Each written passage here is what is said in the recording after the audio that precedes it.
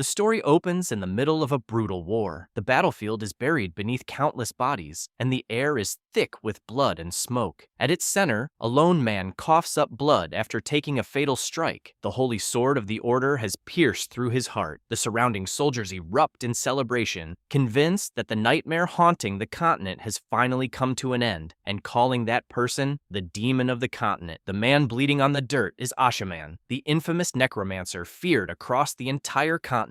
For 10 relentless years, he had stood at the heart of a war that consumed everything, earning the title of the continent's greatest demon, even after preparing every defense he could imagine for this final battle. But ultimately, he failed. Looking at the stack of skulls beside him, Ashaman accepts that this is the first defeat he cannot escape. A single knight who brought him down is the commander of the Northern Knightly Order, Burkal Rhineland. Burkal said it's not the victory of his own. He tells the dying necromancer that countless people sacrificed their lives so this single strike could reach its target. He asks Ashaman to surrender for the sake of peace and for the ordinary people who have suffered through the endless war. With rage, Ashaman said the holy order of watching innocent people die when a deadly plague swept through the land. He told these so-called protectors were no better than wild beasts, and every knight standing before him was nothing more than a hypocrite hiding behind justice. A sickly green aura suddenly spreads from Ashaman's body, and he drags himself back onto his feet. The soldiers shocked as they saw their death. Even with a mortal wound through his heart, the necromancer still has enough power to call upon forbidden magic. One man in crowd says if we don't kill him, he will kill us all, but Burkal told him just to stand down. He reminds the necromancer of the cost of the war. More than 20 million people had lost their lives, only to return as undead soldiers under Ashaman's command. This accusation doesn't bother him, cause he already knew that all. Instead, he mocks him and said your people back home were probably among those 20 million and that he is just trying to get revenge for that. The knight then confronts Ashaman. He explains why he has continued fighting until this very day. Looking directly into his enemy's eyes, his holy sword begins shining with brilliant light as he declares that every battle, every sacrifice, and every drop of blood spilled was for the future of the children who would inherit the world. Those words strike Ashaman. As he stares into Burkal's eyes, he catches his own reflection. He no longer sees the legendary archmage or the feared demon of the continent. Instead, he sees the twisted monster he has become. Hidden beneath that reflection is the memory of another man entirely, the young knight he once was, filled with justice, conviction, and hope. The hatred keeping him alive disappears. His strength leaves his body, and he slowly collapses onto his knees, believing the war has finally reached its end. Burkal raises his glowing sword for the finishing blow, but as he steps forward, his footing suddenly falters, drawing alarmed gasps from the surrounding knights. Ashaman immediately seizes the opening. He grips a second sword covered in dark, pulsing runes. He asks the Ashaman if he has any final words. Though his body is barely holding together, he just said that the necromancer doesn't die easily. With brutality, Burkal unleashes final attack that chopped the necromancer head away from his body. A blinding flash swallows the entire battlefield, and when the light finally fades, the soldiers begin cheering, believing their enemy has at last been defeated. In his last time, Ashaman lies motionless on the ground. He hears the sharp crack of his own neck, and the voices celebrating victory grow fainter with every passing second. His vision blurs until only the silhouette of someone standing above him remains. Then darkness takes him completely. With that, the 10-year war that devastated the continent finally comes to an end, marking the death of the legendary necromancer known as the Demon of the Continent. In the next scene, a violent storm rages outside an enormous mansion, while inside, two maids excitedly notice that the young master's lips have begun to move for the first time. Ashaman slowly regains consciousness, confused by the warmth surrounding him, and unable to understand where he is and what in the world is happening. He has been reborn as a baby named Klins, with no memory of how he arrived in this new life. One of the maids shows him a portrait of a beautiful duchess, explaining that the woman in the painting is his mother. One of the maids encourages the baby to say, "Mama." Ashaman feels his body so heavy, gathering every ounce of strength, he struggles to speak. The maids beam with excitement, convinced the young master is about to utter his very first words. In reality, Ashaman is trying to summon his undead servants, and suddenly he speaks. He calls for them to obey his command, but all that comes out is the helpless cry of a baby. At that very moment, a bolt of lightning tears across the sky, bathing the mansion in a brilliant white flash. 15 years later, several young ladies stand nearby, admire someone as they watch him approach. Walking through the estate with calm, confident steps is the young master himself, Cleanse. Time has transformed the former necromancer into an incredibly handsome young man. His snow-white hair, flawless features, and graceful appearance leave everyone staring. The girls whisper among themselves, wondering how anyone could possibly look so perfect, with one of them joking that he must survive on some kind of divine nectar to be blessed with such beauty. Then suddenly, someone from behind dumps holy water all over Cleanse, while loudly ordering the evil spirit inside him to leave his body. He was the priest of the Holy Order, Garrison Berkman. Ever since Cleanse was born, Garrison has been convinced that the legendary necromancer Ashaman is possessing the young master. Pointing toward the nearby girls, he said that they have already fallen under Cleanse's dark influence. Totally soaked and annoyed, Cleanse asks if the priest ever plans to stop these ridiculous purification rituals nonsense for these years. Garrison explains that the soul of Archmage Ashaman still lives inside the young master. Cleanse denies and said, "I am not a necromancer," but the priest notices the cold look on his face and quickly tied another bottle of holy water over him. Cleanse, in mind, thinks he is actually crazy. Walking away in frustration, Cleanse mutters repeatedly that the old man must be crazy bastard. Unfortunately for him, Garrison hears every word. The priest orders his followers to seize Cleanse and beat him up, declaring that a bath in boiling water will teach the evil spirit a proper lesson. As he is hauled away, Cleanse remembered the day he died on the battlefield, and moments later, wake up inside the body of a newborn baby. His very first attempt at speaking had actually been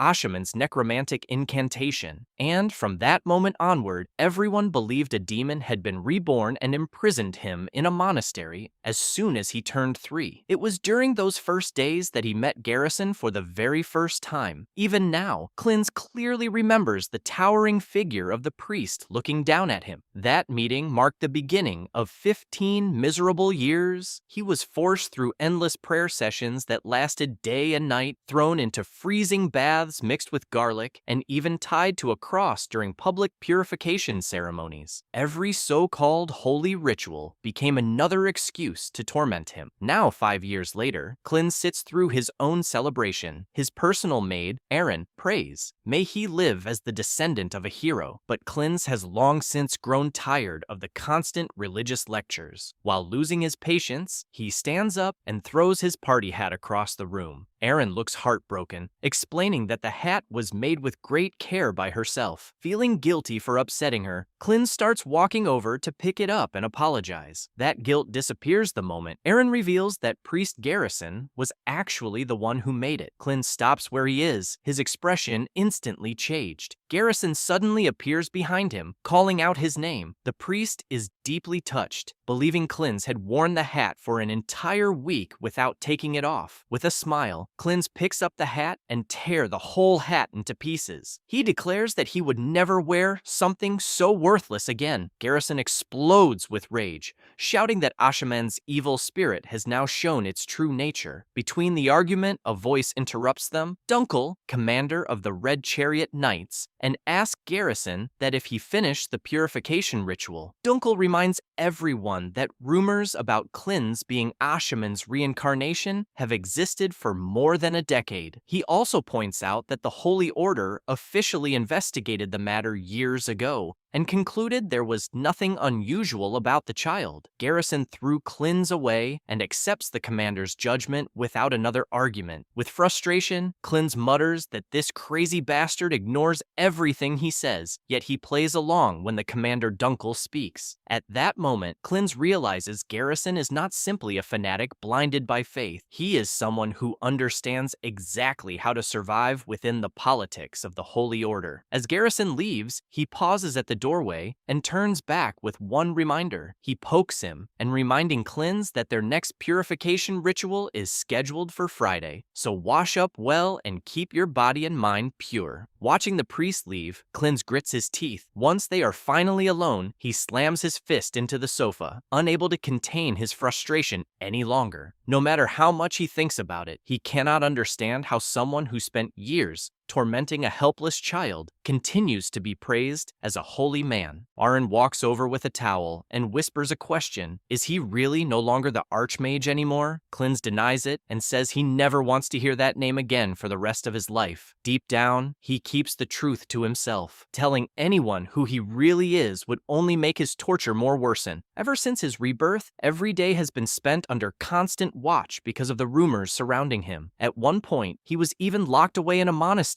for 7 long years. There was no chance he would ever reveal his true identity. Seeking to leave the topic behind, Clins asks about the title of executor. The man behind Aaron explains that an executor is the strongest warrior in the entire Holy Order. Almost nobody can match an executor in battle. The only exception is the Duke of the Heinen family. Hearing that, Clins becomes genuinely interested. Since he now belongs to that bloodline, he asks which Duke was considered the strongest in the family's history. The man explains that while the current 7th Duke, Clins' father, is an exceptional swordsman, the first Duke still stands above every generation that followed. Clins finds that hard to believe. He assumed the family's strength had only grown over the centuries, but the man insists that no descendant has ever surpassed the founder. Noticing how interested the young master is, he simply smiles and continues the conversation. Aaron notices Clins staring at one particular portrait. 200 years have passed since the Heinen family was founded, yet no one could have imagined what had happened to the boy standing before them. Clins slowly looks across the portraits of his ancestors, 7th, 6th, 5th, 4th, 3rd, 2nd, until his eyes stop on the first Duke. The moment he sees the painting, he's shocked. Staring back at him is Berkel Heinen, the founder of the family and the greatest Duke in its history. At that instant, Clins understands the cruel joke fate has played on him. He was not simply reborn. He had become the direct descendant of the man responsible for his death. The memories come rushing back. He remembers the final battle, the wound through his heart, and the words spoken by Berkel before delivering the last blow. Berkel had fought for the future of the next generation, while Ashaman fell defeated onto the frozen battlefield. Even after 200 years, those final moments remain as clear as ever. Clins suddenly wakes up in his bed, breathing heavily after reliving the same nightmare once again. No matter how much time passes, the memories refuse to disappear. In his previous life, he had nearly brought the entire continent to ruin before being defeated by the Commander Knight. Now he finds himself living as the descendant of that very knight. Looking at his reflection and running a hand through his snow-white hair, he still struggles to believe that this young noble is the same man everyone once feared. His thoughts are interrupted by a familiar voice at the doorway. Priest Garrison smirks as he points out that the young master has been talking in his sleep again. He casually asks if those old memories have returned. Clins refuses and said he is simply exhausted. Before the conversation can continue, Aaron rushes into the room in a panic. She says she overheard everything and begins repeating the strange things. Destroy the continent. Kill them all, Clins was muttering in his sleep. Clins immediately tries to stop her before she says another word. They are interrupted by the head butler, who announces that the family sword exhibition is about to begin. After hearing about Clins' unusual behavior, Garrison calmly declares that the young master's purification sessions will now be doubled. Clins can only stand there in disbelief. On the way to the courtyard, Clins silently curses Garrison in his head, convinced the man has completely lost his mind. Hoping to distract himself, he asks the servants about the sword exhibition. The butler explains that the Duke personally requested Clins' presence, which surprises him since his father rarely calls for him. As they continue walking, Aaron politely requests to have his handkerchief. The head butler butler immediately scolds her for bothering the young master, but Clin steps in. Instead of letting her feel embarrassed, he hands her a biscuit, instantly brightening her mood. While looking across the estate, Clin wonders why his father suddenly wants him at today's gathering. The butler soon gives him the answer. Members of the family's secondary branches have arrived for the event. When he hears that, Clin already knows what is waiting for him. As expected, several relatives waste no time making sarcastic remarks. They deliberately compare him to the infamous necromancer Ashaman, mocking about rotted 7 years confined inside a monastery. Clin quietly sizes them up one by one. These are the relatives from the northern branch, who seem more interested in the banquet than the family gathering itself. His attention then shifts to a blonde girl from the western branch. The look in her eyes, he can tell she has no intention of making this visit a pleasant one. Clin pays no attention to the mocking remarks or the insults thrown his way. He simply walks past the relatives, which makes them more irritated. One of his cousins loses his temper and angrily asks if Clin really plans to ignore his superiors. These branch family members act as though they own the estate. Looking at them, he calmly says that people like them are not even worth remembering by name. Inwardly, he can't help thinking that the main family must have weakened if distant relatives feel confident enough to behave this way inside the Duke's residence. Everyone's attention shifts toward the training arena. 2 young swordsmen are in the middle of a sparring match. One of them, a purple-haired boy, throws himself into an aggressive attack, hoping to overwhelm his opponent. Instead, he is forced back by a clean counterattack and ends up on the ground. Frustrated by the loss, he gets back to his feet and demands that his opponent stop holding back and fight him seriously. Standing across from him is Delane Rhineland, Clin's older half-brother. With golden hair and complete confidence, Delane calmly blocks every attack without wasting a single movement. Wearing a relaxed smile, he tells his opponent that the outcome has already been decided. Even from a distance, it is obvious why everyone considers him the pride of the Heinen family. Clin quietly watches the duel while activating his magical sight. A faint purple glow appears in his eyes as he carefully studies every movement. Refusing to admit defeat, the purple-haired swordsman charges in once more, convinced this attempt will be different. Delane meets him head-on, moving with remarkable precision. He slips past every attack with effortless footwork while maintaining complete control of the fight. Clin pays close attention, analyzing every detail instead of simply watching the fight. He notices how Delane shifts his weight, how he positions his feet, and the exact moment he pushes off the ground to gain explosive speed. Even the flow of mana through the technique becomes visible under Clin's magical eyes. The purple-haired boy makes one final attack, aiming straight for Delane. In the next instant, Delane launches and comes behind him. A golden aura suddenly surrounds Delane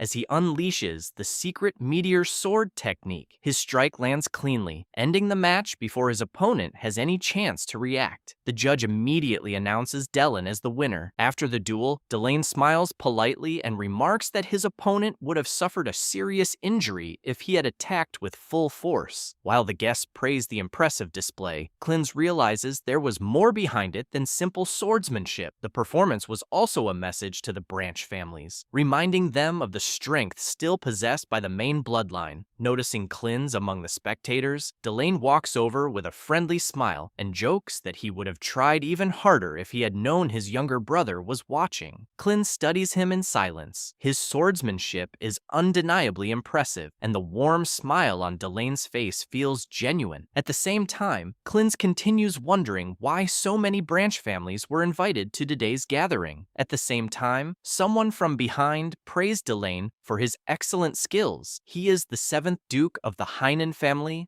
Heinkel Rhineland. The Duke begins by acknowledging Delane's performance, praising the effort that allowed his eldest son to reach such an exceptional level. Watching from the side, Clin can easily see that Delane is the family's greatest source of pride. Commander Dunkel also compliments the young swordsman's remarkable talent, but Delane simply bows with practiced humility and says he still has much to learn. After speaking briefly about the responsibility of carrying the family's heroic legacy, the Duke turns toward Clinz. Unlike the look he gave Delane, this one carries no warmth at all. Without saying anything, he walks over and places a hand on Clin's head to examine him. After a brief moment, he coldly states that he cannot sense even the slightest trace of mana within the boy. Clinz quietly lowers his head and apologizes. He understands exactly what those words mean. In a family built on strength, a noble with no mana is viewed as someone with no value. Commander Dunkel steps forward and suggests that Clin's years of isolation in the monastery may have delayed his growth. Even so, the explanation does little to calm the crowd. Whispers spread through the gathering as the guests begin talking among themselves. Some openly question whether the main family is losing its strength, while others quietly suggest that perhaps the branch families should be the ones leading the Heinen house instead. As Clinz walks through the long corridors of the mansion, he tells himself that he can ignore every insult aimed at him. Then Berkel's final words suddenly come back to him, the promise of fighting for the future of the children. His hands slowly tighten into fists. He lost his life to a man whose descendants have become people like this. Even after the gathering begins to break up, the harassment continues. Dalton, the purple-haired youth from one of the branch families, steps in front of Clinz and blocks his path.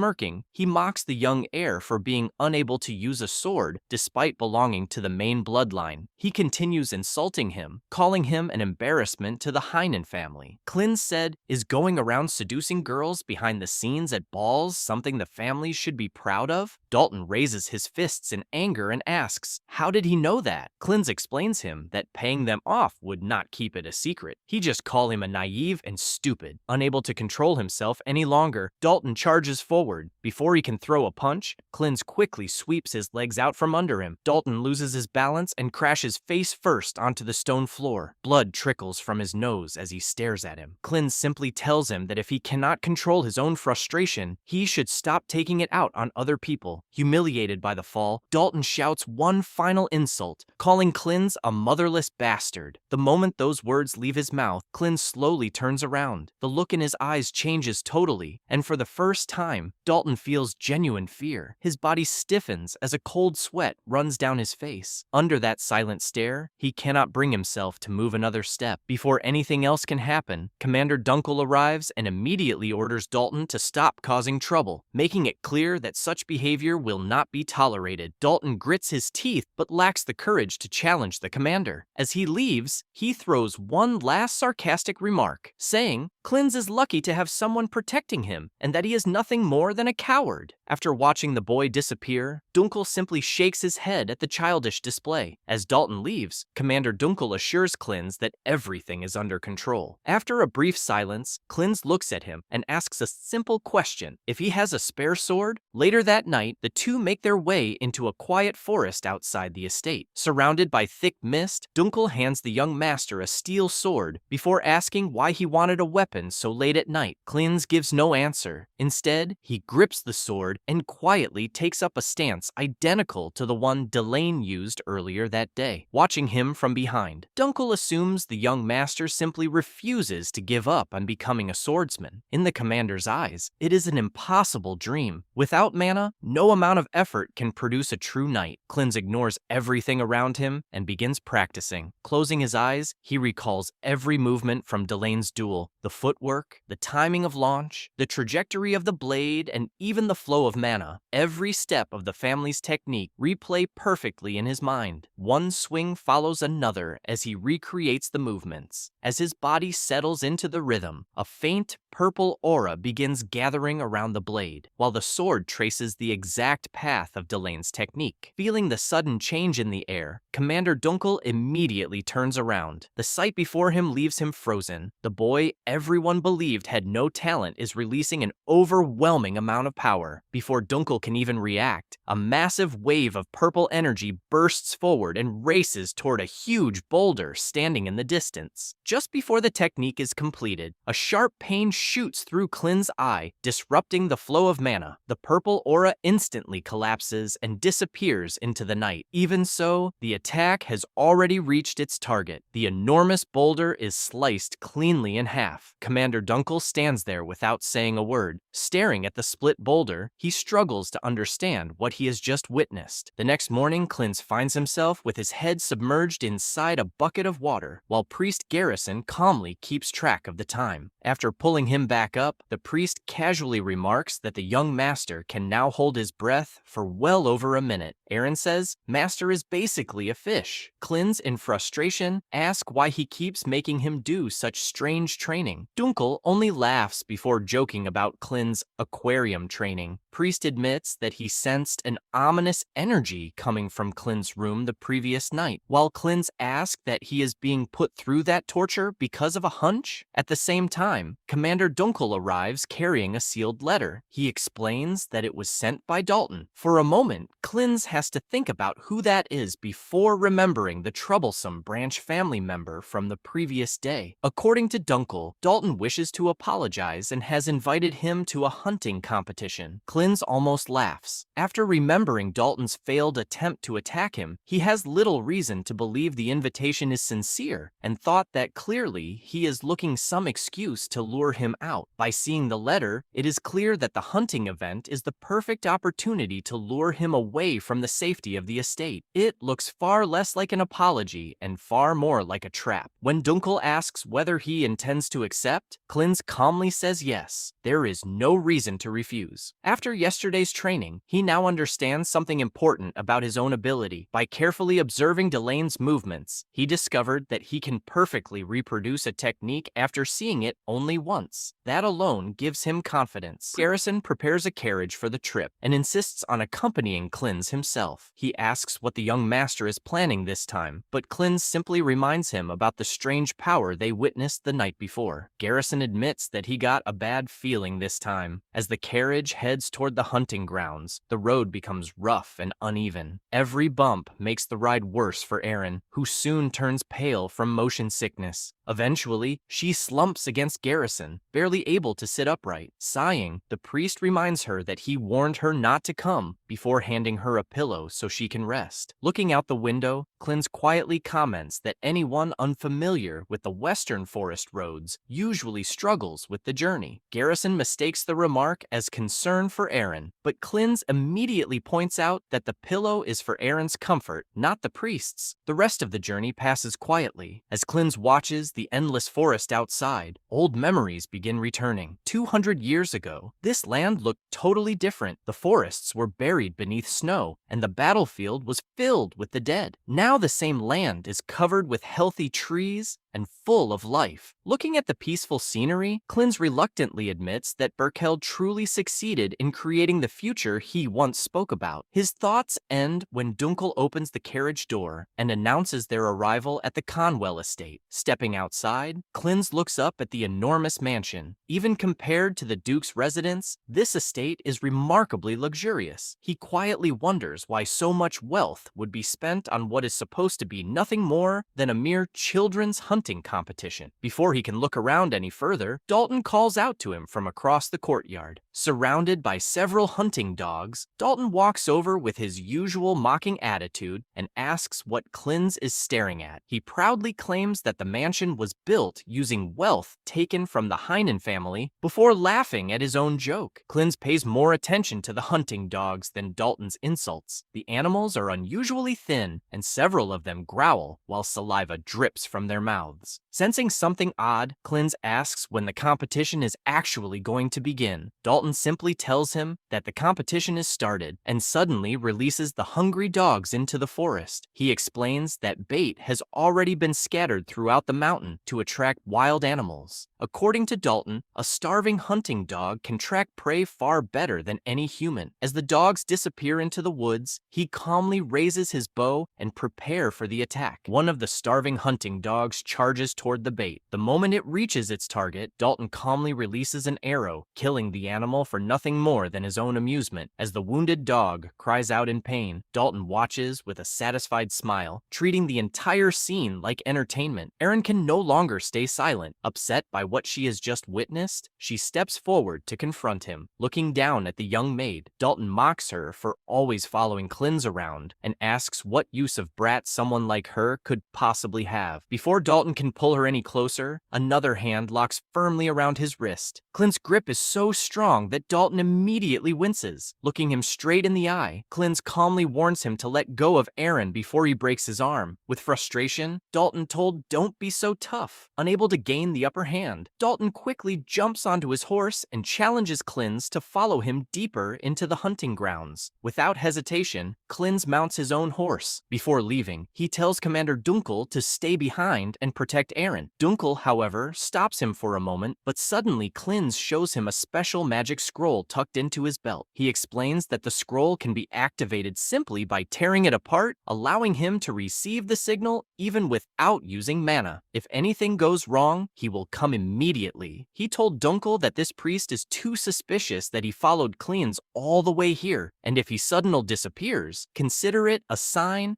and tear the scroll so that Clint get a signal. And as this, Clint move away on his horse. The commander silently watches as Clint disappears into the forest. Time passes, and daylight slowly gives way to night. Under the pale moonlight, Clint rides through the quiet forest, convinced Dalton cannot be too far ahead. Eventually, he reaches a clearing where Dalton has been waiting for him all along. The first thing Clint notices is the ground. The hunting dogs are lying dead all around the clearing. Dalton says the hunting competition has finally reached its final stage. Drawing his sword, he reveals the truth. Clint was never invited to hunt animals. He was always meant to be the final target. After killing him, Dalton plans to report the entire incident as a tragic accident before presenting the news to his own family. He continues mocking the Heinen bloodline before giving a signal. At once, several hooded figures emerge from the darkness with bows already aimed at Clint. They coldly remark that he was simply born into the wrong family. Surrounded from every direction, Clint remains completely still. Instead of showing fear, he quietly studies everyone standing before him. Dalton proudly declares that by tomorrow, the downfall of the Heinen family will become the talk of the continent, and that the young master ended up as the dog food, while Clint's body will be left for wild animals to consume. Hearing those words, Clint suddenly begins thinking about Berkel once again. The hero's speech about protecting the future echoes in his mind, and a small smile slowly appears on his face. The laughter grows louder until it echoes through the entire forest. It is nothing like the voice of an ordinary teenager, even Dalton terrified, asking whether Clint has finally lost his mind. Clint slowly lowers the hand covering his face. When he looks up, his eyes have turned a deep crimson. He calmly calls Dalton nothing more than an arrogant child. The confidence in his voice is so overwhelming that Dalton instinctively takes a step back. For the first time, genuine fear begins creeping into his mind. Clint Coldy explains everyone that the Heinen family was built upon the battle that ended his previous life, and yet still you dare to insult, and me. He has no intention of allowing people like them to stain that legacy. A dark blue aura suddenly erupts from his body, sending a violent pressure across the clearing. Dalton immediately assumes Clint is using some unknown form of magic. Clint corrects him. This is not magic. It is demonic energy, the same power that once belonged to the continent's greatest necromancer. As his demonic energy increases, those people didn't even able to stand properly in this enormous amount of energy. The hooded men instinctively tighten their grip on their weapons, but none of them dare move. Clint stretches out his hand toward the darkness. His voice becomes calm as he calls upon the ancient spirits that once obeyed him. Many colossal skeletons slowly rises before everyone. With creepy smile, Clint orders them to attack. Dalton stumbles back in panic, staring at the undead giants. The scene before him matches the old stories about Ashaman, the necromancer who once terrified the entire continent. A faint smile appears on Clint's face. For a brief moment, memories from his previous life surface once again. He remembers the endless years after his death, trapped in complete darkness with nothing but mountains of bones surrounding him. Time had long since lost its meaning, and the only voices that remained were the whispers of the countless dead who answered his call. He recognizes those feelings, those resonance, those pulse, those memory, those trace, and those nostalgic sensation. Back in the present, dark clouds slowly gather overhead, covering the moon. Dalton continues repeating Ashaman's name as if refusing to accept what he is seeing. Klins coldly stated, "That was the name the world once feared." The mercenaries hesitate at first, wondering whether the legends about the Demon King were actually true. They watch as the giant skeleton stands silently with glowing red eyes fixed on them. Before long, however, they force themselves to laugh. Several men claim they have destroyed countless skeletons before, while another jokes that he acted so tough just to summon these low-level trash. Dalton mocks him, "These are nothing as compared to those I used to kill before. Everyone took one bone as a souvenir when we are done." At the command, many hooded man steps forward carrying a massive crossbow aiming straight to the army of undeads and Demon King. At the command to fire, arrows and bolts fill the air, racing straight toward Klins and his army. Klins does not move. Just before the arrows reach him, every projectile suddenly comes to a complete stop in midair, as though an invisible wall is blocking their path. Dalton cheers, convinced the attack has succeeded. The next moment, the dust settles. Klins is still standing exactly where he was. Large spectral shields have appeared in front of the skeletons, stopping every arrow before it can reach its target. The undead remain perfectly still behind their shields. Klins calmly explains that ordinary skeletons may be weak, but the undead under his command are nothing like the ones they have faced before. 200 years have passed, and during that time, the world has forgotten what his army was truly capable of. Seeing fear spread through the enemy ranks, Klins gives his first order. First defensive formation, disengage. All units prepare to attack. Charge! The giant skeletons immediately charge across the clearing with astonishing speed. Their movements are so fast that the mercenaries barely have time to react. Panic spreads through the group as they struggle to understand how creatures made of bone can move with such precision. Dalton desperately shouts for everyone to hold the line, but his orders disappear beneath the sounds of battle. One mercenary direct got an attack straight into his heart. From that moment, the fight turns completely one-sided as the undead push through the enemy formation, cutting many of them into half. Watching everything fall apart, Dalton can only stand there in shock. The hunting trip he planned has become a battlefield entirely under Klins' control. Without wasting any time, Klins gives another command. He orders his second unit to eliminate anyone trying to escape. High among the surrounding trees, skeletal archers take their positions. Their empty eye sockets lock onto the remaining mercenaries before a single command of kilns sends countless arrows raining down from above. The surviving men have no chance to recover. Arrows strike them one after another, dropping them where they stand. Those who try to run are quickly pinned down before they can escape the clearing. Even the mercenary leader struggles to keep fighting. He barely manages to block a skeleton's heavy attack. He realizes no ordinary necromancer should be capable of controlling an army with this level of coordination. If the battle continues, every one of them will die. Dalton desperately shouts for his men to regroup and switch to close combat, but his voice is swallowed by the chaos around him. Then, a skeleton appears behind him with its sword already raised. Reacting on instinct, Dalton spins around and swings with all his strength, cleanly cutting off the skeleton's skull. For a brief moment, relief appears on his face. He believes he has finally discovered the weakness of the undead. The skeleton doesn't collapse after losing its head. Instead, it keeps moving as though nothing happened, forcing Dalton to jump back in panic as another sword swing comes straight at him. He can only stare in frustration. A skeleton without a skull should be nothing more than a pile of bones, yet this one continues fighting without slowing down.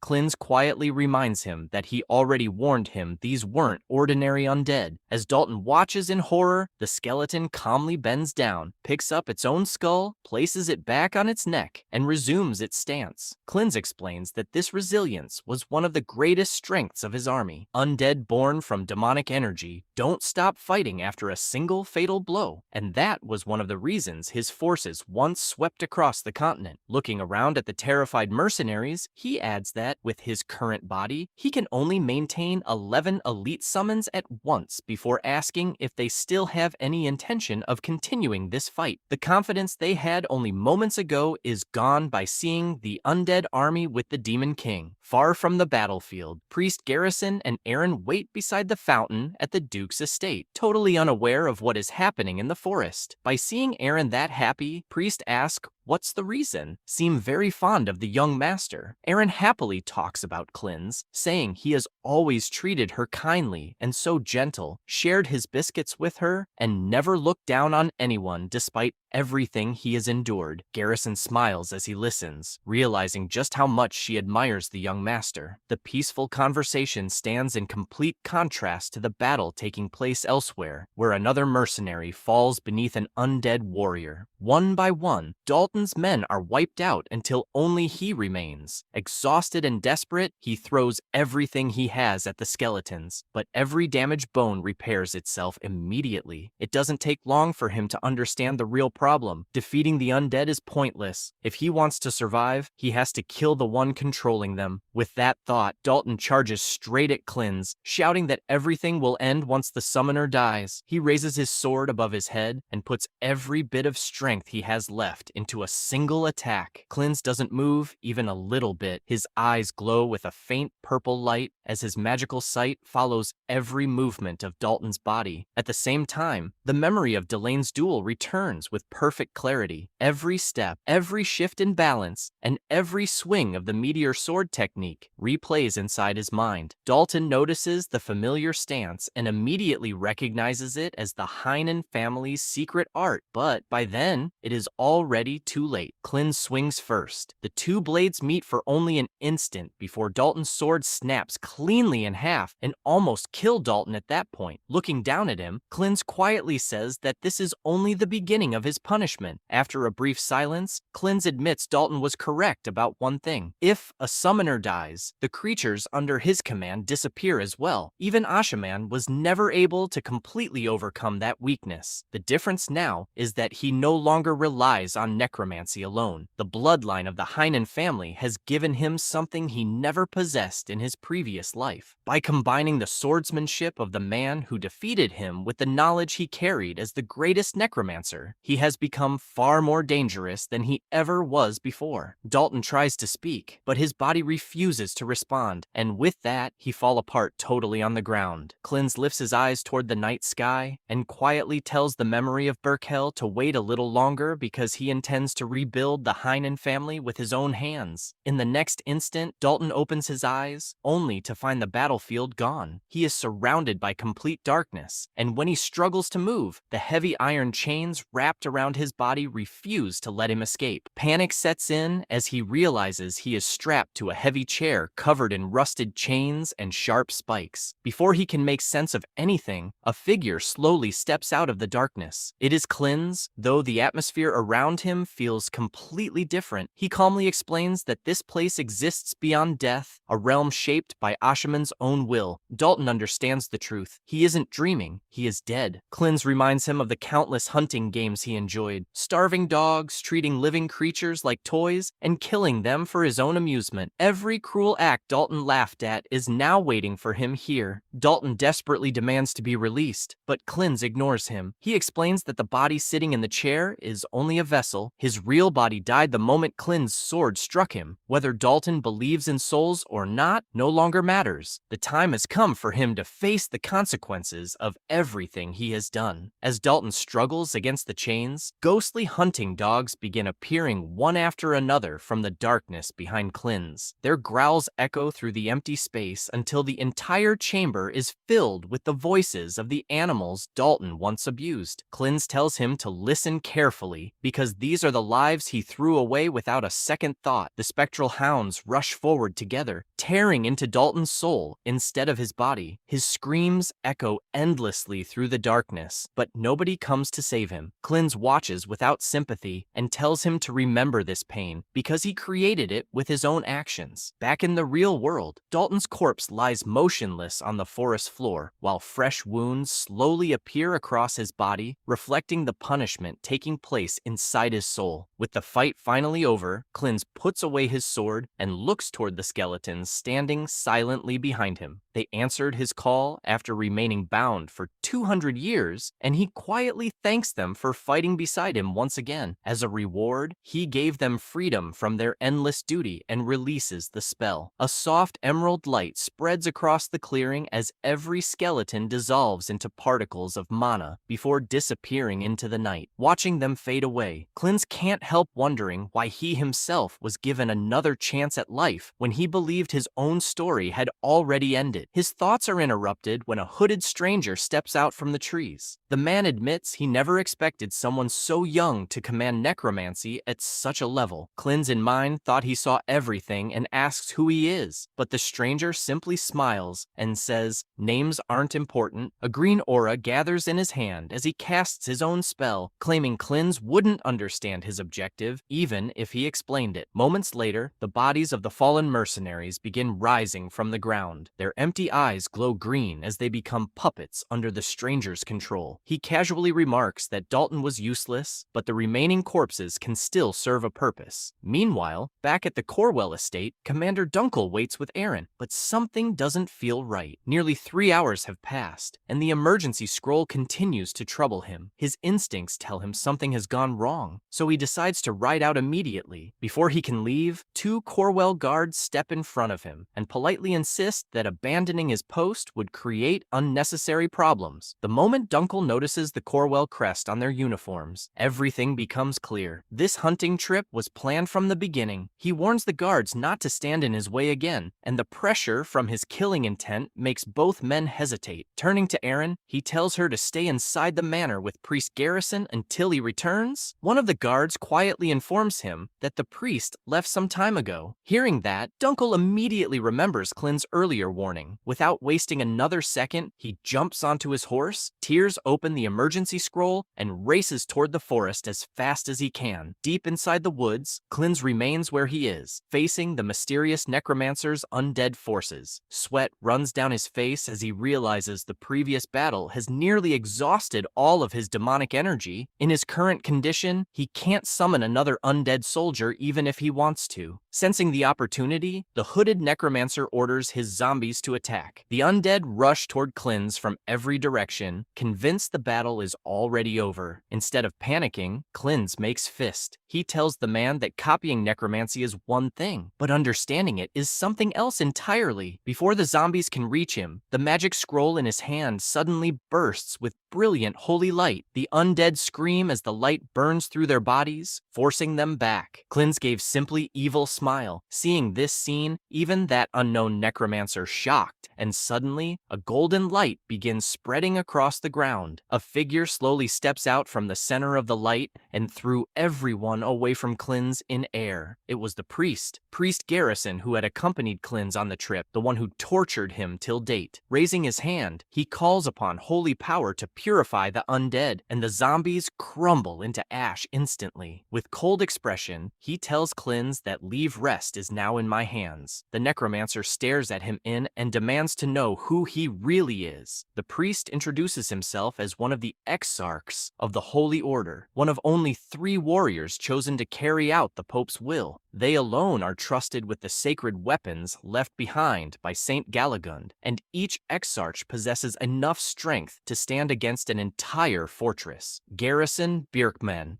As his holy aura spreads through the clearing, the darkness surrounding the necromancer begins to collapse under its pressure. Klins watches silently as the priest he thought was ordinary reveals his true identity. The exarch steps in front of him, promising that no evil will reach the young master while he is present. Desperate to turn the battle around, the hooded necromancer orders every remaining zombie to attack at once. The exarch calmly opens his sacred tome and releases another wave of holy power. Flames of divine light engulf the undead, reducing them to ash before they can take another step. He calls on the corrupted souls to offer their final prayers, then slams his foot into the ground. A massive shockwave of golden energy tears across the battlefield, breaking the earth itself and blasting the remaining undead away in a single strike. Declaring this to be his final act of mercy, he wipes out the last of the necromancer's army. The hooded man is thrown backward by the force of of the attack, barely managing to stay on his feet. Looking at the exarch with disbelief, he realizes his carefully prepared plan has completely fallen apart. Of all the people who could have appeared in this remote forest, one of the Holy Order's greatest warriors was the last person he expected to face. Unable to hide his frustration, he curses under his breath, refusing to accept the overwhelming holy power standing before him. Calling it nothing more than a false miracle, he turns and runs, hoping to escape while he still can. In his panic, the mask covering his face slips off and lands on the forest floor, revealing his identity for the first time. He barely takes a few more steps before the exarch appears directly in front of him. The priest calmly asks where he thinks he's going, but the simple question alone carries enough pressure to freeze the necromancer in place. His breathing becomes ragged as the exarch's presence crushes his spirit. The priest quietly tells him that the prayer is not over yet and that he should accept the judgment of the Holy Order. A single strike follows, and the necromancer is purified on the spot, leaving behind nothing but a pile of gray ash. Watching everything from nearby, Klins notices one of the man's eyes roll across the ground before stopping near his feet. As he bends down to pick it up, he can't help admiring the exarch's strength. The priest had erased more than 20 undead and their master almost effortlessly, displaying a level of power that even the former archmage finds impressive. Before Klins can examine the strange eye any further, a blood-stained hand lands firmly on his shoulder. The exarch studies him in silence before admitting something doesn't make sense. He explains that he came here after sensing a powerful surge of necromancy, yet the aura he detected doesn't seem to belong to the young heir standing in front of him. His grip tightens slightly as he continues observing Klins, making it clear that he isn't fully convinced. Klins immediately understands the danger of the situation. One careless answer is all it would take for the exarch to treat him as another enemy. The tense silence is finally interrupted by the sound of galloping hooves. Commander Dunkel rushes into the clearing and calls out Klins' name. The moment Klins sees him, the strength holding him upright finally gives out. His body has reached its limit after forcing himself to use necromancy again. Before he can collapse, Dunkel jumps from his horse and catches him. Worried, the commander asks what happened, and Klins quietly replies that he simply exhausted all of his strength. When asked about Dalton, he calmly confirms that Dalton died during the fight. Not far away, a white flower stained with drops of blood sways gently in the night breeze. The story then returns to the Heinen estate, where Dalton's death has thrown everyone into chaos. Count Delkin Corwell slams both hands onto the table, refusing to believe his son would ever attempt to murder the heir of the main family. An investigator immediately presents evidence showing that more than 20 Corwell mercenaries were found at the scene. The Count briefly loses his composure, but quickly changes his argument. He insists none of it makes sense because Dalton was a trained swordsman, while Klins was widely known to have no mana or combat ability. Desperate to protect his family's name, he shifts the blame onto Klins instead, even dragging the rumors surrounding the boy's late mother into the discussion. According to him, Klins secretly hired someone to kill Dalton before framing the Corwell family for the crime. The argument comes to an abrupt stop when a firm voice tells the Count to watch his words. Klins walks into the room himself, looking far calmer than anyone expected. He states that Dalton attacked him first and that everything he did was an act of self-defense. He also reveals that the priest dealt with the real threat, the mysterious necromancer who appeared during the battle. The Count immediately calls him a liar, but Klins meets his eyes without backing down. With a faint smile, he asks whether everyone has already decided that he is Ashaman simply because the rumors refuse to disappear. The room falls silent as Klins repeats the promise he made after Dalton's death. He will rebuild the Heinen family himself, and anyone who stands in the way will be removed. Before anyone can respond, a knock echoes through the hall. A blonde woman enters, and the atmosphere changes the moment she steps inside. Klins recognizes her as the knight who attended the earlier sword exhibition. When one of the nobles questions why she is present, the investigator explains that Dalton frequently carried out missions for her order, making her an important witness in the investigation. The commander of the Blue Spear Holy Knights fixes Klins with a long, piercing stare, and even he realizes this is someone he cannot afford to underestimate. The commander asked for a few minutes alone with Cleanse. Although the investigator looked reluctant, he eventually agreed and reminded them not to take too long. Cleanse quietly followed her into a private study, already expecting questions. A person like her wouldn't ask for a private conversation unless she wanted to confirm something important. Whether she came to test him or simply satisfy her own curiosity didn't matter. If the opportunity presented itself, he intended to make use of House Faravan in the future. As soon as the door closed, she turned toward him, stepped closer, and suddenly pinned him against the wall. Before he could ask what she was doing, she calmly said she wanted to examine him herself. She was the eldest daughter of House Faravan, one of the continent's 3 greatest families. Cleanse knew exactly who she was. Stories of her battlefield feats had spread across the kingdom long ago. She had wiped out entire armies of powerful monsters with nothing but her spear and had earned the respect of countless knights. Even standing a few steps away, the pressure she carried was impossible to ignore. When Cleanse tried to keep his distance, she dismissed the idea that they were family. Their bloodlines might have crossed somewhere in the past, but that meant nothing to her. She grabbed his wrist, lifted his hand, and studied it carefully. Her fingers traced across his palm before she gave her conclusion. These were not the hands of someone who trained with a sword every day. They were smooth, without the rough skin or scars every swordsman naturally developed. She looked him straight in the eye and asked the question she had clearly planned from the beginning. If he wasn't a swordsman, then how had he defeated Dalton and so many armed men? Cleanse pulled his hand back and took a step away, realizing she wasn't interested in catching him in a lie. She was watching every reaction, every pause, every change in his expression. Answering carelessly would only make things worse. Instead, he smiled and threw the question back at her. What if he really was Ashaman? What would she do then? Instead of becoming serious, she burst into laughter. After looking him over from head to toe, she shook her head and said the legendary Demon King could never look like a tiny kid such as him. The answer caught him completely off guard. Out of everything he expected to hear, being called a pipsqueak wasn't one of them. For a moment, he simply stared at her, wondering if he had heard correctly. He asked if she wanted to rethink that statement, but she only repeated it with the same amused smile. The former archmage, feared across the continent in his previous life, had just been dismissed because of his height. He knew she wasn't technically wrong, yet it still irritated him far more than he wanted to admit. Still wearing that playful smile, she offered him a strange deal. If he could defeat a knight without relying on swordsmanship or necromancy, she would give him a kiss. Cleanse couldn't tell whether she was joking, testing him again, or trying to provoke him into revealing something. Before he could figure it out, she ended the conversation herself, saying it was time to return. As she walked toward the door, she glanced back once and remarked that the real Ashaman would never have handled the situation the way he had. When they returned to the meeting hall, everyone immediately looked their way, curious about what had been discussed behind closed doors. The investigator asked what happened, but Cleanse ignored the question. He walked across the room, picked up a sword resting nearby, and drove its tip into the floor hard enough for the sound to silence the entire hall. Then he turned toward Count Cornwell and challenged him directly. If the Count believed every accusation he had made, then there was a simple way to settle the matter. They would decide everything through trial by combat, the old northern tradition where the winner was judged innocent and the loser carried the blame. The room fell silent. Even the Count didn't expect the boy to suggest something so extreme. After a brief pause, however, a smile spread across his face. This was exactly the chance he wanted. He accepted the duel, announced that he would choose a champion to fight for him, and openly declared that Cleanse would die in the arena. Cleanse didn't argue. He simply accepted the challenge and answered that the Cornwell family would be the one regretting that decision. The duel was set to take place 4 days later. While everyone else focused on the coming fight, Cleanse had already moved on. This battle wasn't his final goal. It was only the first step toward removing every obstacle standing in the way of rebuilding the Heinen family. Meanwhile, elsewhere inside the mansion, Dylan was furious after hearing about the duel. He couldn't understand why Cleanse would agree to something so dangerous and asked if he had any idea what kind of situation he had put himself into. Cleanse had already heard enough warnings and simply told him that he knew the risks. Dylan then explained that their father had already accepted the duel, but that didn't mean Cleanse had to fight it defeated himself. He offered to become the champion in his place. However, Cleanse refused. Dellen argued that as the future head of the Northern family, it was his duty to protect his younger brother. His voice changed when he remembered the first time he saw Cleanse after he was born. To him, the baby looked pure and innocent, like an angel. He had waited for years, hoping Cleanse would return after being sent away to the monastery. Unable to hold back his feelings, Dellen grabbed his brother and begged him to reconsider, not wanting to see him walk toward a battle he might not return from. Their conversation was interrupted when a guard arrived with news about Count Cornwell's chosen fighter. The Count had already selected his champion for the duel. Cleanse moved away from Dellen and asked for the opponent's identity. The answer was Randall, a former Imperial Knight whose name was feared by many. Randall had once belonged to the Knight Order, but his violent behavior became impossible to control. His desire for battle and killing eventually led to his exile. Now he lived as a warrior who only cared about fighting. In a rundown tavern filled with broken furniture and unconscious bodies, Randall sat alone, drinking from a large container, while waiting for the chance to hear another opponent scream in fear. After hearing about Randall, Cleanse understood what kind of person he would face. He didn't panic, but he knew this was not an opponent he could treat lightly. Soon, a man arrived carrying the sword Cleanse had requested. The weapon was wrapped in cloth, and when he handed it over, he warned that it had been made exactly according to Cleanse's instructions. However, the sword had one weakness. If it clashed against a blade filled with mana, it would break without lasting even a single exchange. Cleanse looked over the weapon carefully and accepted that condition without concern. For him, the sword was only a tool. What mattered was how he used it. The news of the duel spread throughout the arena, and the place became crowded with nobles, knights, and spectators waiting to see the match. Everyone wanted to see what would happen when the powerless heir stepped onto the battlefield against a former Imperial Knight. In the VIP area, one noble looked toward Duke Heinen and commented on how unusual it was to see him personally attend the duel. He then questioned whether allowing Cleanse to fight was really the right choice. Randall was an Imperial Knight, while Cleanse was still known as someone without mana. The noble suggested sending Dellen instead, but the Duke remained silent. He showed no hesitation, as if he had already accepted whatever outcome awaited. Cleanse entered the arena and looked around, wondering where his opponent was. Before long, a large shadow covered the ground in front of him. Randall walked forward, his massive body making him stand out among everyone present. He placed his hand on Cleanse's head and looked down at him with a mocking smile. He asked if this was really Lord Cleanse, then laughed after seeing how young and small he was. Randall looked at his thin arms and wondered what kind of expression he would make when his body failed him. Cleanse reacted by stepping back. The movement was so quick that the audience noticed it right away. Many people began questioning why he moved away before the duel had even started. The noble watching from above used the moment to mock Duke Heinen again, asking if Cleanse was truly capable of fighting someone like Randall when he was already avoiding him. Randall also misunderstood the reaction and believed the young heir had become afraid of him. But Cleanse wasn't thinking about Randall's strength. His body had reacted because the hand on his shoulder reminded him of Priest Garrison. The memory of that annoying man grabbing him before had irritated him so much that he moved without thinking. Even after all this time, that priest was still causing problems for him. From the stands, Captain Leah Wren continued watching Cleanse carefully. A guard approached her and warned that Lady Helion would not be happy if she stayed there. He suggested leaving before causing trouble, but Leah ignored the concern and said Helion was not her mother, so she had no reason to obey her. Her attention remained on Cleanse. She had another reason for watching the duel. If he managed to defeat Randall, she had already decided what reward she would give him. Still, there was something else she wanted to confirm. Back in the arena, Cleanse realized that his reaction had drawn too much attention. Feeling slightly embarrassed, he tried to explain himself and straightened his posture. He calmly told Randall that he had been dealing with a stiff neck recently. Then he looked at him with irritation and warned him not to touch his shoulder again. Instead of becoming angry, Randall slowly smiled. He told Cleanse that the more arrogant he acted now, the more satisfying it would be to hear him beg later. Without giving Cleanse any more time, Randall moved forward and threw a powerful punch aimed directly at him. Randall's fist moved with enough strength to crush an ordinary person's body, but Cleanse did not attempt to block it. Just before the attack reached him, he calmly removed his coat and moved away. Randall's fist struck the ground where Cleanse had been standing, creating a heavy impact that cracked the arena floor and sent dust across the battlefield. When the the dust settled, Randall looked down and realized he was only holding Clin's coat. The boy had already escaped from the attack range and was now standing on the other side of the arena with a short sword in his hand. The audience began whispering among themselves. They had seen Randall's strength destroy the ground with a single punch, yet Clin's had avoided it without taking any damage. Wondering how someone with such a small body could possibly face a warrior like Randall. Clin's, however, was not focused on the reactions around him. He was analyzing the opponent in front of him. A direct clash would not benefit him. Randall's body was far stronger, and taking even one clean hit could decide the entire fight. He had already expected this kind of situation before entering the arena. While the spectators continued discussing the difference between the two fighters, Clin's remembered Dellen's offer to fight in his place. He had refused because allowing someone else to take his position would only give their enemies another excuse to target the Rhineland family. This duel was connected to his own honor, and he could not avoid it. Before those thoughts could settle, Randall attacked again. The massive knight rushed forward and closed the distance quickly. Clin's drew his sword and tried to counter, but Randall stopped the blade with his bare hand. The strength behind that simple movement forced Clin's backward. Randall did not give him any chance to recover. He continued attacking one strike after another, using his overwhelming physical power to push Clin's back, while Randall continued mocking him. Is dodging all you can do? Clin's kept defending himself, but he was carefully watching every movement. He understood that Randall's strength was his greatest advantage, but it also made his attacks easier to predict. Randall continued provoking him, asking why he was not using necromancy if he truly was the legendary archmage. But when he looked closely at Clin's expression, he noticed something strange. Clin's was smiling. It was not the smile of someone enjoying the fight. It was the expression of someone becoming increasingly irritated. Inside his mind, Clin's was growing tired of holding himself back. He wondered if he should simply reveal his true power and end the battle. Using necromancy would make this fight meaningless, but it would also solve the problem instantly. That thought alone caused a change in the atmosphere. Randall stopped for a moment. He did not see anything in front of him, but his instincts warned him to move away. His body reacted before his mind could understand why. A strange feeling of danger came from Clin's, something that could not be explained by normal swordsmanship or mana. The same man who had been confidently attacking moments ago suddenly felt uneasy. The people watching noticed the change as well. They questioned why Randall had stepped back and wondered if he had started taking the fight seriously. But Randall knew the truth. Something about Clin's was wrong. The boy had not released any visible power, yet the feeling coming from him was enough to make even a veteran knight hesitate. At that point, Clin's looked around the arena and made his decision. He would not use necromancy. He was standing here as a member of the Rhineland family, and this duel would be decided through the sword alone. I won't use necromancy. His words spread across the arena, surprising everyone who heard them. Clin's continued, explaining that this was a trial by combat where he had to prove himself with the sword. As a Rhineland, he would not rely on another power to win. The declaration changed the atmosphere completely. The people who had doubted him began looking at him differently, and the support from the crowd slowly started growing. However, Randall had no intention of letting that continue. He poured more mana into his sword. Randall believed the outcome was already decided. Clin's was still just a boy without mana, someone who had no chance against an Imperial knight. The reason Imperial swordsmanship was feared throughout the Empire was not because of complicated techniques, but because of its brutal approach. Imperial knights pushed their bodies and mana to the limit, combining every sense, every muscle movement, and every bit of strength into a single, decisive strike. Randall followed that principle. He gathered all his power into his sword and charged forward, putting everything into one strike meant to finish the duel. But Clin's did not panic. He watched Randall's movements carefully and moved out of the attack's path. To everyone watching, it looked like an ordinary dodge, but Clin's was seeing something completely different. His eyes were already analyzing everything about Randall, the way he moved his body, the amount of mana inside him, the path of his sword sword and the timing of his attack. After witnessing it once, the technique that looked impossible to others became simple in Clin's eyes. Compared to the battles he had experienced in his previous life, Randall's movements were easy to predict. To him, the attack was nothing more than an annoying insect flying in a straight line. Those words only angered Randall further. He refused to believe that a manaless child could see through his swordsmanship. Gathering even more power than before, he launched another strike with almost twice the force of the previous one. The attack crashed down with enough strength to tear apart the arena floor, sending dust and debris across the battlefield. For a while, the entire arena disappeared behind the cloud of dust. The spectators struggled to see what had happened, while Randall stared into the smoke, trying to understand the situation. His expression changed when he realized something. Clin's had not blocked his attack. He had avoided it again by reading the exact path of his sword. Before Randall could react, a figure appeared behind him through the dust. Clin's had already moved into his blind spot. Looking at Randall's huge frame, he calmly pointed out that someone with such a large body naturally had a weakness. His back was completely exposed. Clin's counterattack was simple but precise. There was no wasted movement, no unnecessary strength. Every part of the strike was perfectly timed. The warriors watching from the arena seats could hardly believe what they had seen. Even experienced swordsmen understood how difficult such control required. Randall, however, could not accept what was happening. A person without mana should never have been able to move like this. He had fought countless opponents before, but this boy's swordsmanship made no sense. There was no power behind it, like an Imperial Knight's technique, yet every movement was placed exactly where it needed to be. Nearby, one of the soldiers watching beside Leah Ren looked at her in disbelief, asking if she had seen the same thing, but Leah remained focused on Clin's. The battle unfolding before her was proving that the young heir was far different from the rumors surrounding him. She watched quietly. Elsewhere, a heavy silence filled the room. Normally, I would have stepped in myself. The man beside him began to respond, but Clin's father stopped him. I know, I shouldn't act based on my personal feelings. If I step forward now, the prestige of the Rhineland family will only fall even further. His attention returned to the battlefield. But his opponent is a knight from the Empire. Clin's has absolutely no chance of winning. The other man looked at him and asked, then why did you permit the duel? Clin's father didn't answer right away. He knew exactly why his son had chosen to fight. Clin's had stepped forward to defend the honor of his late mother. Even when Clin's was falsely branded as Archimon and locked away in the monastery, his father had failed to save him. So, what right do I have to stop him now? He asked bitterly. After everything that had happened, he felt he couldn't protect the people who mattered to him. In the end, I can't protect anything. Not my child, not my family. The man beside him tried to ease his mind. You don't need to worry, Your Grace. Young Master doesn't fight losing battles. Back in the arena, the duel between Clin's and Randall was still underway. Even Clin's father was watching the fight differently now, after seeing what his son had accomplished. The reason Clin's could fight this way became clearer when the history of the Rhineland family's swordsmanship was brought up. The Rhineland family was known as the North's swordsmanship family, and their style had been shaped by the harsh frozen lands they had survived in for generations. Fighting in that environment required warriors to conserve their strength and mana, especially when battles could stretch on for long periods. Because of that, Rhineland swordsmanship was developed around efficiency. Rather than wasting mana on every attack, its movements were refined to use only what was necessary, allowing their swordsmen to keep fighting even after a long battle in the freezing wilderness. Imperial swordsmanship, however, was built on an entirely different philosophy. It didn't seek to conserve power. It was about overwhelming the opponent with everything available. Imperial swordsmanship was predation itself. And now Clin's finally revealed how he could use those techniques despite having no mana. Facing Randall directly, he calmly said, "This is how I, someone without mana, can still wield my family's techniques." His expression remained composed despite the pressure coming from Randall. "It might lack power, but it's more than enough to beat down a guy like you." Those words pushed Randall over the edge. "You little rat!" Mana began gathering throughout his body, becoming denser with every passing moment. Randall was preparing to pour everything he had into a single attack. From From above, one of the men observing the duel recognized what was coming. There it is, Randall's secret technique, a mana burst that seals the opponent's movements. The pressure around the battlefield continued to build as Randall's power reached its limit. "Don't make me laugh, you bastard! I'm the one who will win!" With that declaration, Randall charged straight at Clinz and brought his sword down with tremendous force. The attack carried enough power to settle the duel with one blow, but Clinz met it at the right moment and blocked the strike head-on. However, everyone remembered the warning given at the beginning of the duel. Clinz's sword was never meant to withstand a weapon filled with mana. The moment the two blades collided, cracks appeared across Clinz's sword, and the weapon broke apart. Fragments of the blade scattered across the ground as Randall looked at what remained of it. "Serves you right. With this, your sword is..." Before Randall could finish, Clinz gave him a small smile. "Yeah, now it's finally complete. The weapon to hunt you." Randall had no idea what Clinz meant. Clinz then closed the remaining distance and used the broken section of his sword as a short blade, turning the weapon Randall thought was useless into something perfectly suited for close combat. He stepped into Randall's range and delivered a precise strike before the Imperial Knight could adjust his stance. Randall was left seriously wounded and dropped from the fight. A voice then rang across the arena. "The duel is over." Among the spectators, one of the men watching the battle finally understood what Clinz had been doing. Just as the young master said, Rhineland swordsmanship can be performed with minimal mana, but that should only be possible for a seasoned knight. Yet he executed everything perfectly, from his footwork to the path of his sword, and he deliberately allowed Randall to destroy his weapon so he could turn the broken blade into a close-range weapon. Looking at the result, the man reached only one conclusion. No matter how you look at it, this is the young master's perfect victory. The healers rushed onto the battlefield to treat Randall and stabilize his condition. While they worked, Clinz watched them and asked calmly, "Can that be reattached?" The healers explained that ordinary healing magic would not restore what had been lost, and that a prosthetic would have to be prepared instead. Clinz simply replied, "Oh, really? Is that all?" Deep inside, he couldn't help thinking about how little healing magic had progressed. Even after 200 years, healing magic hasn't advanced much at all. His father then called out to him, "You feel nothing after seeing a severed limb?" Clinz's expression changed slightly as he remembered something important. "Right, I'm not Archon right now." He continued walking away from the battlefield, then wondered to himself, should I pretend to be scared now? At that point, the man responsible for setting the entire incident in motion finally stepped forward. Count Conwell couldn't accept what had happened. "This makes no sense. Randall was supposed to win. Do you even know how much money I spent to hire that knight?" Before he could continue, Clinz's father addressed him from behind. "Count Conwell." The count turned toward him as Clinz's father continued in a firm voice. "As agreed, admit your wrongdoing and fulfill the winner's demands." Count Conwell's frustration only grew. He had lost both his son and the Imperial Knight he had hired, and he couldn't accept having to give in as well. "I've lost my son and my exclusive knight. How can I..." His words stopped there as the situation took another drastic turn. For a split second, everyone in the area was left speechless. Clinz then turned his cold gaze toward Delkin Conwell. Delkin Conwell? But the next moment revealed that Delkin was still alive. His head hadn't actually been severed. He frantically touched his neck again and again, trying to understand what had just happened. The entire thing had been an illusion caused by the overwhelming pressure of Clinz's power, yet the sensation had felt completely real to Delkin. What was that? My neck definitely... Sweat ran down his face as fear took hold of him. Clinz stepped directly in front of him and spoke as the victor of the duel. "As the victor of this duel, I command you, confess your sins before the Master of the North and kneel to beg forgiveness." His voice carried an oppressive weight as he continued, "Bow your head and beg for mercy, for you shall be crushed under the weight of your sins, and repent." Those words were enough to break Delkin's remaining resolve. He felt as though death itself was standing above him, and his body began trembling uncontrollably. Cold sweat continued running down his face, while even breathing became difficult. At last, he gave in. "I was wrong," he stammered. "My son and I dared to try and harm young Master Clinz at the same time." The reason behind Clinz's terrifying ability was then then revealed. It was originally a voice meant to call upon the souls of the dead, known as the dead man's voice. This was a soul-disturbing technique exclusive to necromancers, capable of filling the living with overwhelming terror. Delkin completely broke down in front of Klins. He dropped to his knees, lowered his head, and begged for forgiveness. Furthermore, I insulted young master's mother, Grand Duchess Claire Ladylossus. Please forgive me. The people watching could hardly believe what they were seeing. One spectator stared at Delkin and muttered, "Am I really seeing this right now? To think a pillar of the Branch family would crumble like that." Klins then slowly raised his shattered sword toward the sky. Despite the broken blade, the pressure around him seemed heavier than before. With everyone gathered around him, "Good, it begins from here. Everyone standing here, listen closely. To set this family right, I am the challenger of this trial by combat and its rightful victor." He then declared his lineage before everyone present, the son of Grand Duchess Claire Ladylossus and the second son of the North's strongest knight, Heinkel Rhineland. With his name now known to everyone gathered there, Klins finished his declaration. "I am Klins Rhineland." After that powerful declaration, the scene shifted to another location. Unlike the battlefield, this place was quiet and carried a solemn, almost sacred atmosphere. A man entered a silent hall, while a priest nearby continued praying softly. "We shall go where your light does not reach." The priest continued his prayer, asking the God of Light to watch over their intentions even if the road ahead was dangerous and painful. At that moment, the man who had entered the hall stepped forward. "Cardinal Maroc." The priest turned toward him. "Yes, Garrison, your voice sounds grim. What's the matter?" Garrison answered without delay. The surveillance target was attacked. The attackers were a necromancer and his undead. He then made his purpose clear. "I need to verify this. I need to verify this personally." Cardinal Maroc, however, showed no concern. "There's no need to worry about that. It was all part of the plan." He was dispatched in cooperation with the Empire. He explained that necromancers naturally inspire fear in people, and those who become afraid of them will eventually turn toward God. Countless people will flock to our holy order. His words then took an even darker turn. "Understand this, Garrison. If we can revive the holy order and spread God's will through just a handful of sacrifices," before he could finish, Garrison seized him by the throat. His anger was unmistakable as he said, "A servant of the holy temple has fallen for petty political games and made deals with heretics." Garrison then used his strength to crush the cardinal's head, leaving his body lifeless on the floor. A voice then came from elsewhere in the blood-covered hall. "Do you feel any better?" Another man stepped forward and looked at Garrison with a calm, mocking expression. "You haven't changed, Garrison Veerman. To think you've killed more clergymen than the necromancers themselves have," he continued. "The people of the Holy Order really ought to know what you're hiding inside that gut of yours." The man was then revealed to be Palman L., the Archbishop of the Holy Order. Garrison looked at him coldly. "Was this your doing, Palman L.?" Palman answered, "Of course not. I merely authorized it." His tone then became more serious. "And besides, I brought a piece of information regarding your surveillance target." Garrison responded by attacking him without hesitation. His fist shot forward with enough force to kill an ordinary person, but Palman was already gone before the attack could reach him. He had moved away from the strike with ease and continued speaking as though nothing had happened. When necromancy is used, it inevitably leaves traces. Palman raised a strange cross-shaped object. "This is the cross containing those traces. It belonged to the necromancer you killed." Garrison listened as Palman explained what they had discovered. "One of the traces belongs to soul-returning arts, a type of necromancy that raises corpses and something the Empire is actively researching." He then pointed out that the other trace was different, but the other one resembles the original form of necromancy, the kind that manipulates souls rather than corpses. Garrison reacted to that revelation. "The original form of necromancy?" Palman calmly confirmed it. The implications were serious. If both traces were present at the scene, then there had been two necromancers there. Palman then looked directly at Garrison and delivered the information he had been holding back. "Listen carefully, Garrison. Your surveillance target, the second son of the Rhineland family, Clan Rhineland is a necromancer.